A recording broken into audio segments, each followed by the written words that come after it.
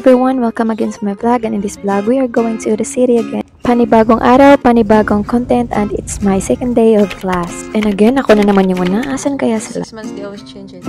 At ayun na nga, dumating ako 8:30, tapos yung kaibigan ko dumating ng 9:20. Nandito pala kami guys sa Market City, which is located in Market Street. Naghanap lang kami ng mga kain dito since hindi pa kami kumain. So dyan pala sa Coding Tower yung binili namin na food guys, tapos yung sabaw ay sa kabilang store. So sila pala guys yung makakasama ko for 2 years. So yung naka-yellow is si Ate Jen at yung naka-black is si Ate Kat. So after kain guys, ay bumalik na kami sa aming school kasi naman kami yung nauna na break, tapos kami pa yung matagal na tapos. My God. Tapos na pala yung klase namin dito guys. So nagre-review din sila for their exam to become an art engineer. Come with us and let's explore the Central Business District of Sydney.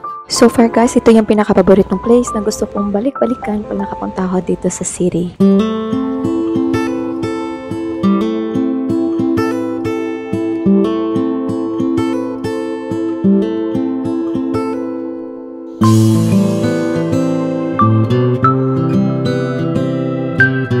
We're still at George Street guys, so my friend is still looking for something to wear on our special day, Valentine's Day. Our first stop is Zara, so namili kami dito pero hindi naman karamihan. Namili lang ako ng 2 damit at yun. Inantay ko pala siya Jen dito sa labas guys kasi may binili pa siya. At nung dumating na siya, ay nako, for the aesthetic yung auntie. And for our second stop, we're here at Queen Victoria's building. Alam nyo guys, nung dinala ako ng kaibigan ko dito sa QVB, nako, na-amaze talaga ako. Like, I feel like I'm in a castle. It's very nice.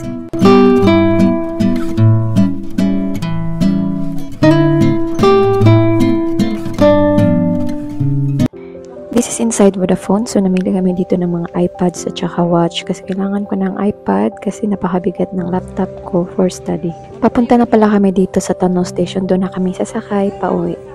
Sa left side pala ako ng train, palagi nakaupo pag nasa Tunnel Station kami sasakay kasi favorite ko yung view dito kasi nakikita ko yung Harbour Bridge.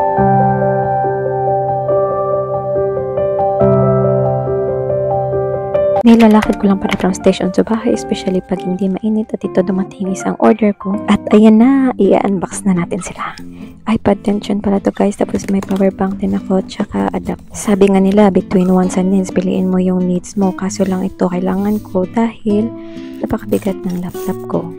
iPad suits you if you're a type of person na mahilig mag-notes, mag-sketch, tsaka napaka-handy din niya. Keyboard nyo lang yung kailangan ko dito, tsaka pencil.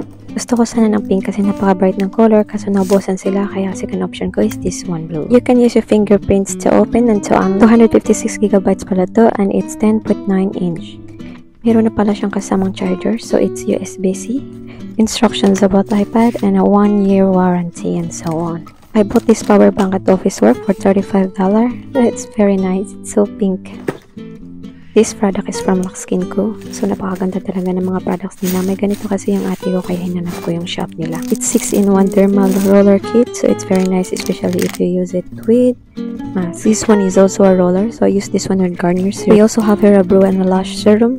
And the last one is the LED facial mask. This one is very nice. I use this one twice a week and ang dami niyang benefits. My favorite is red light because it boosts collagen and it reduces acne.